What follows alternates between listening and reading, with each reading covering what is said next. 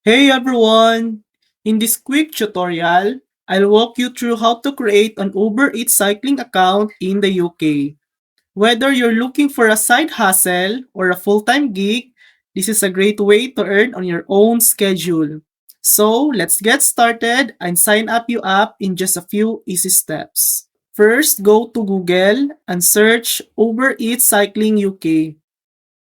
Click the official Uber website.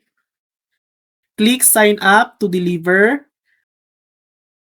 and enter your phone number, name, password, and location.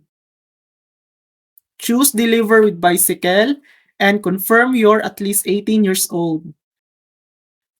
Uber will guide you to submit a few documents, valid passport or EU ID, a recent bank statement, proof of right to work in the UK, a clear profile photo, and confirmation you have a delivery bag.